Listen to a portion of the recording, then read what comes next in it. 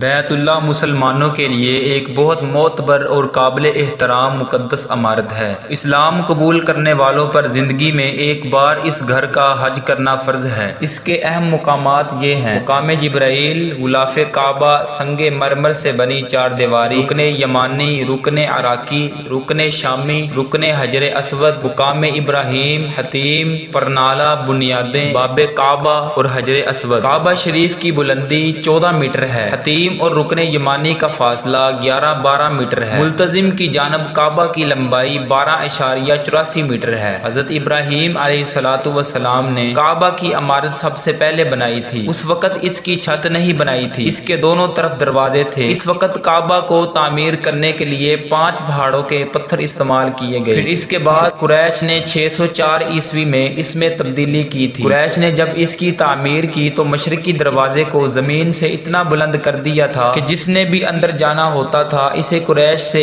اجازت لینا پڑتی تھی۔ قریش نے اس کی تعمیر کے وقت اس کو مکعب نما بنا دیا۔ خانہ کعبہ کے اندر 3 ستون ہیں جبکہ اس کی 2 چھت ہیں۔ اس مقدس عمارت کے موجودہ دروازے کے متوازی ایک اور بھی دروازہ ہے کہ جو بند کر دیا گیا، اب صرف اس کا نشان باقی ہے۔ رکن عراقی کے پاس باب توبہ ہے جس میں 50 سیڑھیاں ہیں جن سے کعبہ کی چھت تک جایا جا سکتا ہے۔ کعبہ کی چھت پر شیشہ لگا ہوا ہے جس سے روشنی اندر جاتی ہے۔ خانہ کعبہ کی دیواریں 1 میٹر چوڑی ہیں۔ خانہ کعبہ کا ایک حصہ حتیم ہے۔ حتیم کو حجر اسماعیل بھی کہتے ہیں۔ حتیم کی چوڑائی 4.9 فٹ ہے اور اونچائی 30 انچ ہے۔ مقام ابراہیم وہ پتھر ہے کہ جس پر کھڑے ہو کر حضرت ابراہیم علیہ السلام نے کعبہ کی دیواریں اونچی کی تھی۔ طواف کعبہ کرنے والوں کو یہاں 2 نفل پڑھنے کا حکم دیا گیا ہے۔ باب کعبہ زمین سے 2.13 میٹر بلند ہے۔ باب کعبہ کے پاس حجر اسود ہے جہاں سے طواف کا سلسلہ شروع کیا جاتا ہے۔ باب کعبہ احمد بن ابراہیم بدر نے بنوایا تھا۔ اس دروازے میں 300 کلو سونا استعمال کیا گیا تھا۔ خانہ کعبہ کی چھت پر ایک سونے سے بنا ہوا پرنالہ لگا ہوا ہے، اسے میزاب رحمت کہتے ہیں۔ اس کے 21 میٹر کے فاصلے پر آب زمزم کا کنواں ہے۔ یہ تقریباً 4000 سال سے جاری ہے اور قیامت تک جاری رہے گا۔ نبی کریم صلی اللہ